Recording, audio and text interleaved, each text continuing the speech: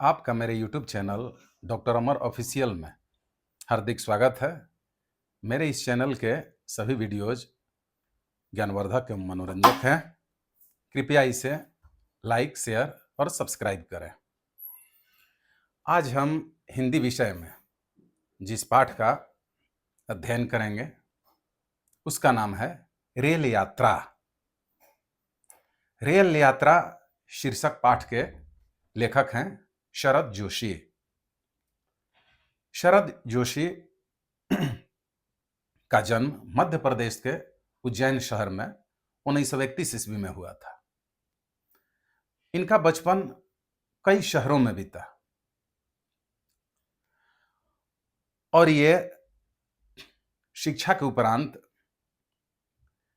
सरकारी नौकरी कुछ समय तक किए, लेकिन कुछ वर्षों तक सरकारी नौकरी करने के उपरांत ये लेखन कार्य को ही अपने आजीविका के रूप में शामिल कर लिए और ये कई कहानियां और कई व्यंग्य लिखे जिनके लिए इन्हें जाना जाता है। ये एक व्यंग्यकार के रूप में काफी प्रसिद्धि पाए। अपने व्यंग्य के माध्यम से इन्होंने मानव समाज की समस्या को उजागर किया, लोगों को जागरूक किया। कई धारावाहिकों में इन्होंने पटकथा एवं संवाद लेखन का भी कार्य किया। इनका देहांत 1991 ईस्वी में हुआ था। रेल यात्रा शीर्षक पाठ के माध्यम से इन्होंने अपने समय में तत्कालीन रेल व्यवस्था की खामियों को, कमियों को, अव्यवस्था को व्यंग्य के माध्यम से उजागर करने का प्रयास किया है।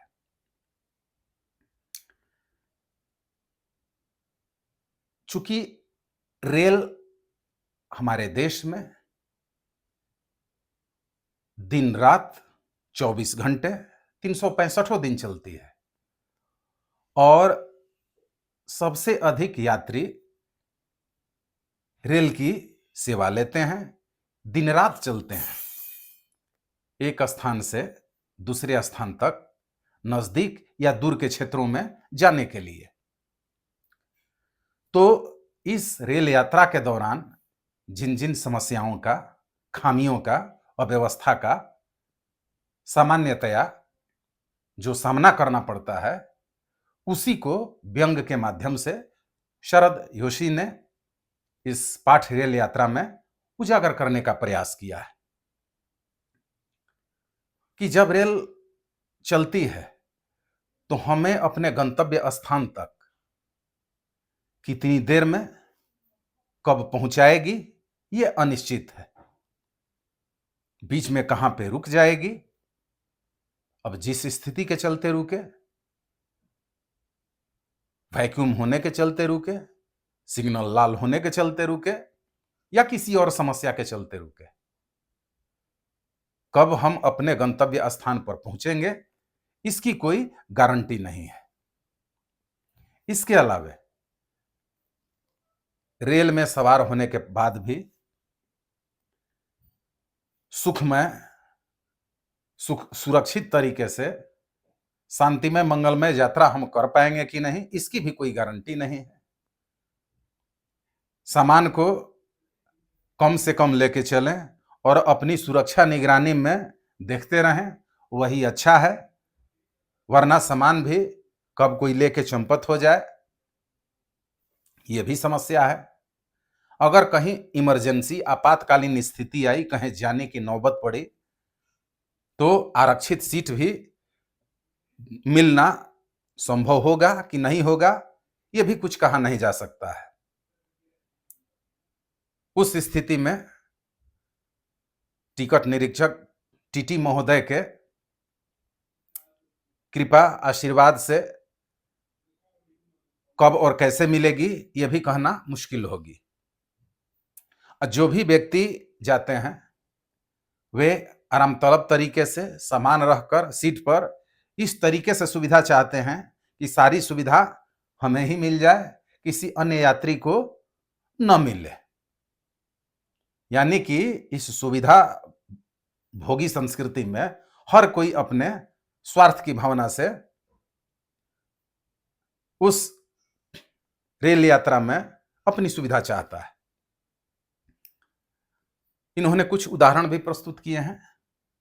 अगर किसी का बाप मर जाए, उन्होंने व्यंग भी किया है कि भगवान ना करें कि ऐसा किसी के साथ हो, लेकिन ये तो होना ही है कि जब किसी के साथ ऐसा होता है, बाप मर जाते हैं, तो वो तो आनन फानन उस आपातकालीन परिस्थिति में किसी तरीके से ट्रेन पे सवार होकर अपने गंतव्य स्थान पे पहुंचना चाहता है, उसे सीट मिले या न मिले, उसे कम कष्ट सहना पड़े या अधिक कष्ट सहना पड़े। चूंकि एक तो उस पर घर में जो व्यक्ति मरा है, उससे जो विपत्ति आई है, उससे रेल की यात्रा तो छोटी मुसीबत है, छोटी विपत्ति है, तो किसी भी तरीके से वो कष्ट सहकर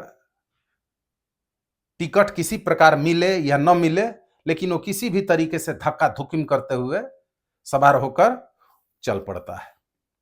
एक और उदाहरण उन्होंने दिया है, अगर किसी की शादी होनी है, उस कुंवारे लड़के का कोई दोस्त या कोई रिश्तेदार सूचना दे दे कि लड़की इस जगह पे अपने ननिहाल में या अन्य जगह पे आई हुई है, अभी मौका है, चल के देख लो, तो वो भी किसी भी स्थिति में ट्रेन पे सवार होके, चाहे उसे खड़ा रहना पड़े, सीट मिले या न मिले, चूंकि तुरंत उसे पहुंचना होगा, चूंकि उसे शादी जो करनी है, जिंदगी भर की मुसीबत जो उठानी है, उस बड़ी मुसीबत से ये रेल यात्रा छोटी मुसीबत लगती है। इस तरीका का व्यंग्य शरद जोशी ने इस पाठ में किया है। तो किसी तरीके से येन केन प्रकारेण वह रेल यात्रा के द्वारा अपने गंतव्य स्थान पर पहुंचने की कोशिश करेगा। और भी अनेक समस्याएं हैं जिसके चलते लोग सवार तो हो जाते हैं, कितनी कठिनाइयों का सामना करना पड़ता है। आपातकालीन स्थिति में तो और भी आरक्षित सीट लेना चाहें तो कुछ टीटी महोदय की कृपा पे रहता है, कब किस स्थिति में कितना पैसा लेके टिकट का जुगाड़ हो पाएगा। यात्रा भी महंगी होती है, कष्ट भी उठाना पड़ता है। ये तमाम समस्याएं रेल यात्रा के दौरान इन्होंने हमारे समक्ष रखी है। बहुत सारी चीजें हैं। जिस समय इन्होंने, शरद जोशी ने इस लेख रेल यात्रा को लिखा है, उस समय पूरे भारतवर्ष में एक कोने से दूसरे कोने तक जितनी भी गाड़ियां चलती थी,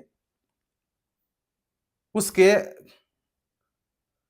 अधिकांश गाड़ियों में हम आए दिन उस समय वाकिफ रहते थे।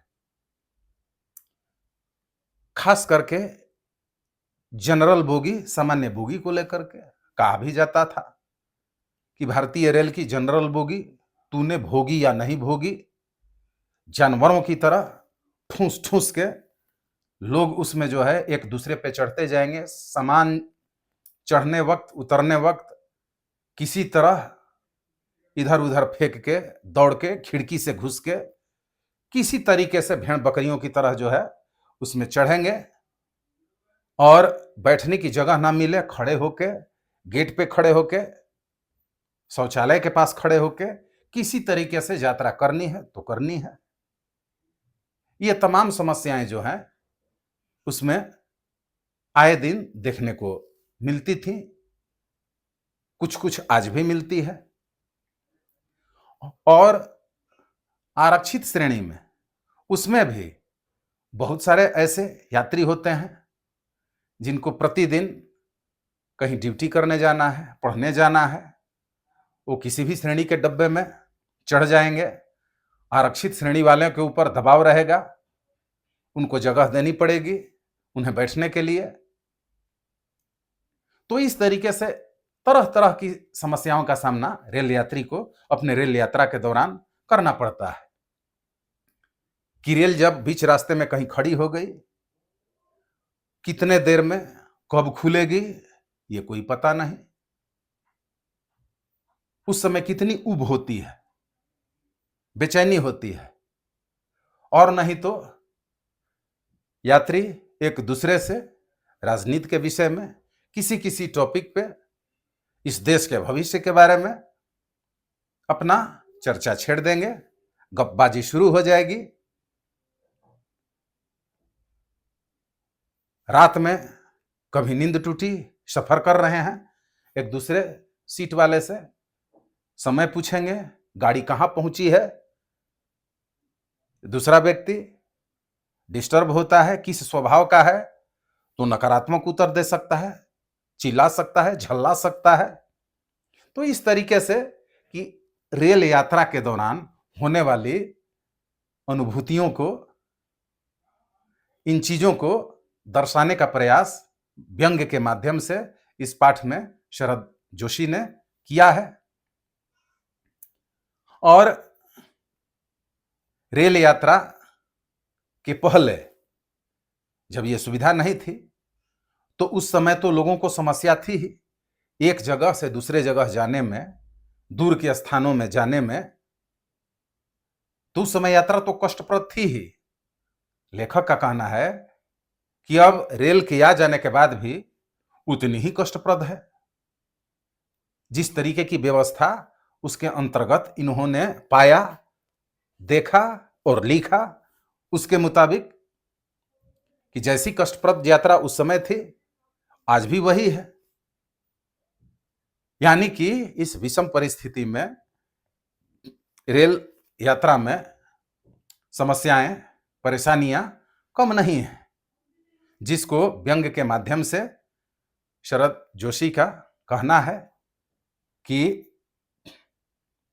रेल के सुधार के लिए, उसमें व्यवस्था में सुधार के लिए, लोगों के सुखमय, शांतिमय, मंगलमय यात्रा के लिए सरकार के द्वारा, रेल विभाग के द्वारा इतने प्रयास किए जाएं कि उसमें किसी प्रकार की कोई कमी न रहे, कोई असुविधा न रहे, और यात्रियों की यात्रा मंगलमय और खुशी के साथ हो, कहीं कोई कष्ट न रहे। तो इन्हीं सब बातों की चर्चा इस पाठ में व्यंग्य के माध्यम से शरद जोशी ने रेल यात्रा में की है। फिर अगले दिन किसी अगले टॉपिक पे चर्चा होगी। बहुत बहुत धन्यवाद।